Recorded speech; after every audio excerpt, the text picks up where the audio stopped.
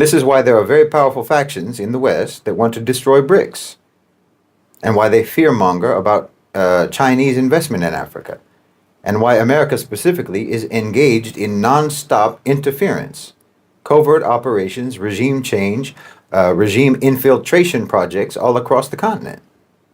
I mean, look at South Africa, the ANC, either out of naivete or corruption, or naivete that devolved into corruption, or out of coercion, or some combination of all of these factors, the ANC collaborated with neoliberal programs for 30 years. I mean, to one degree or another, for the last 30 years.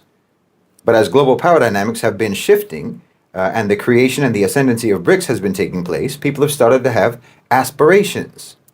And more importantly, they've started to have options. And those options have made their aspirations actually achievable. I'm talking about aspirations of political independence, aspirations of economic sovereignty, aspirations of getting out from under the yoke of the West. That's actually becoming achievable now. So the ANC was facing, and they are facing, severe criticism and opposition. They were being challenged. And they were being challenged by parties that do not accept neoliberalism, neoliberal colonialism, corporate colonization. And the U.S. knew that eventually they were going to lose power. Eventually the ANC was going to face the consequences of capitulation and collaboration, and they were going to be removed and replaced. And if the U.S. didn't do something, then the replacement for the ANC was not going to be an obedient client. Because again, South Africa has the option now not to be an obedient client of the West. I mean, as long as there were no options, then it wasn't that risky for America. Even if the ANC lost popularity, no matter who replaced them, they would have no choice but to capitulate to neoliberalism because there was no options. But there are options now. So you have the United States then backing the so-called Democratic Alliance, the DA, which is an overtly neoliberal, Western-aligned, elitist political party of colonizer collaborators. So the unpopularity and the opposition to the ANC opened a space for the DA to move into the government in the last election.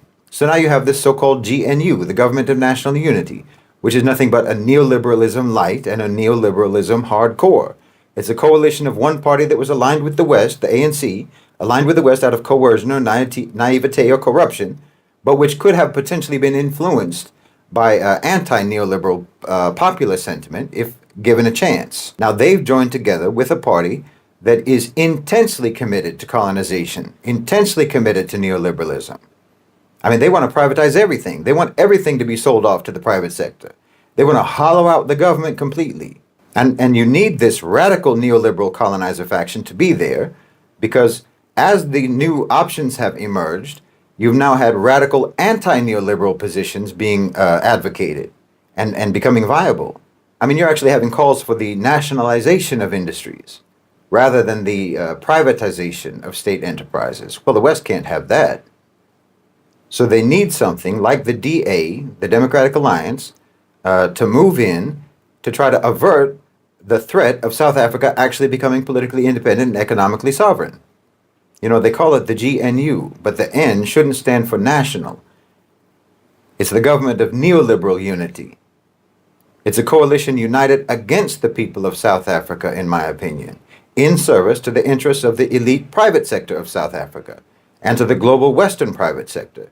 The DA is a racist, Zionist, anti-BRICS, pro-Western colonizer political party, funded at least in part by the National Endowment for Democracy in the United States, which is nothing but a wing of the CIA, whose sole mission is to advance American interests. So in South Africa, this was a regime infiltration project that was undertaken to actually avert regime change in South Africa, organic regime change. Because look, you can nationalize the mining sector in South Africa, you can. You can nationalize the banking sector, you can nationalize the Reserve Bank. You can do all of these things and everyone knows it.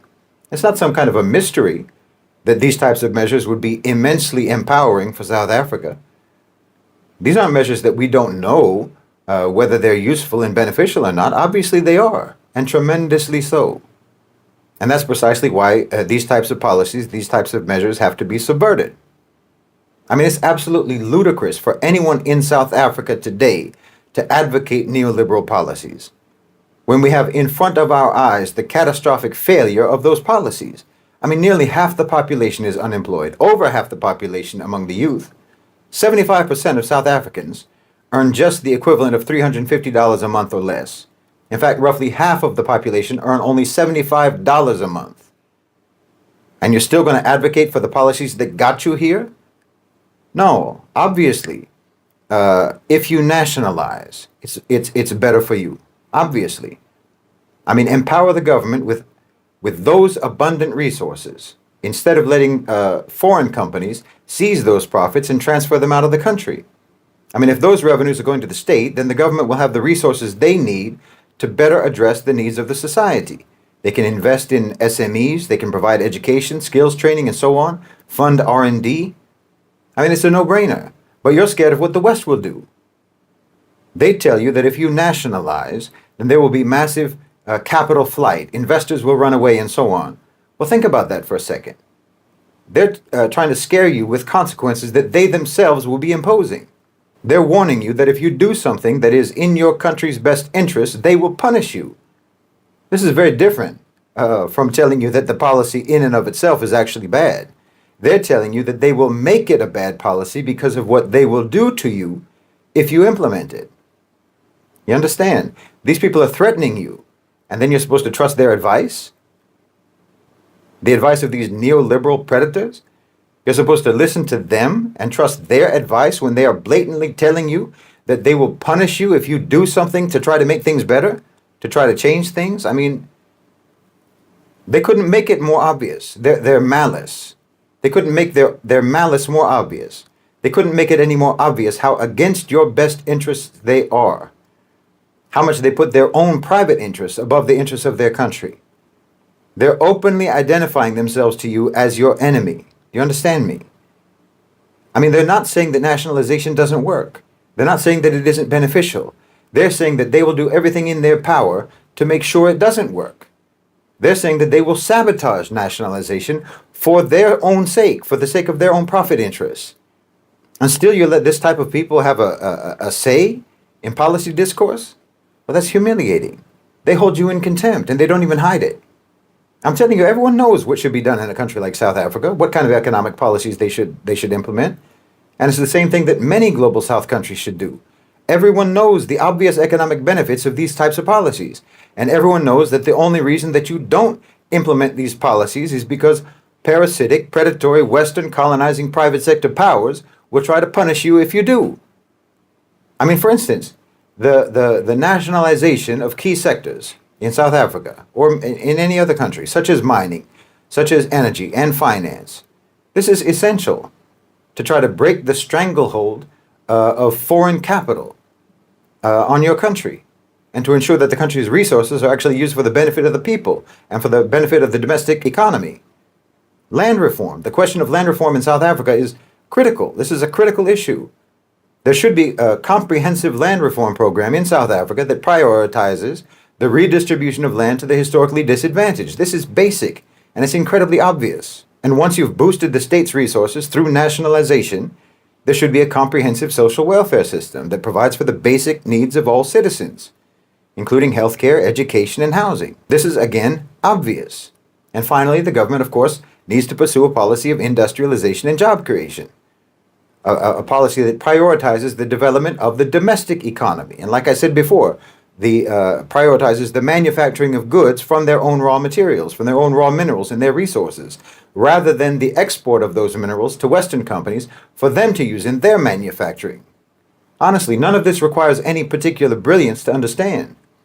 These aren't radical policies, but they're only made to seem radical, and they're treated as radical because everyone is living in fear of private sector tyrants who completely control the discourse. So you're not allowed to talk about anything that isn't basically a policy genuflection to shareholders and to Western supremacy. But everyone knows that these are good policies that would help South Africa, and that the only reason anyone would think that they might not be good for South Africa is because they know that doing a policy that's good for South Africa would prompt a hostile, retaliatory response from the West. Well, like I said, that should show you what kind of a friend the West is.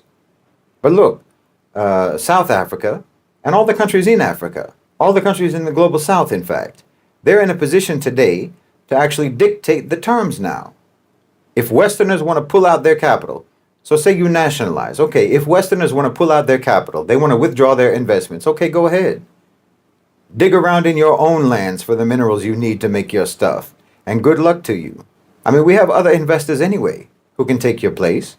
There's other companies that we can partner with. You're not the only ones. So the only question really is, how much are you interested in boosting the economies of China, the economy of Russia, the economy of the Gulf? How much do you want to see the BRICS countries surpass you economically? You know, BRICS already accounts for more of global GDP than the G7. So if you want to pull out your investments, you pull them out. Go ahead. You can only harm yourselves. No. South Africa and the Muslim world and all the global South countries, it's time for them to break away from this paradigm, break away from Western domination and start implementing all of those policies that they know perfectly well will benefit them, whether America likes it or not. I mean, can you imagine if the Gulf countries didn't put their oil sector under government control? Where would they be now? But look at where they are now. Look at the amount of capital they have now. Why, South Africa could have and should have a comparably massive sovereign wealth fund. There's no reason for them not to. No, this millennium-long system of subjugation needs to come to an end. And it really doesn't matter if the road to liberation is a little bit rocky. I'd rather be traversing a rocky road than be buried under the rubble, which is where the West has kept Africa for centuries. This is the richest and most important continent on the planet. And the West stole your riches and they stole your importance, and they've been an imposter on the throne for far too long. It doesn't make any sense to be afraid of someone whose power is actually dependent upon you. That's a psychological power, not an actual power. They have a psychological power over you. But every element of their real power is completely derived from you yourselves. It's like your hand is on the tap that the hose is attached to that they use to waterboard you. And all you have to do is turn it off.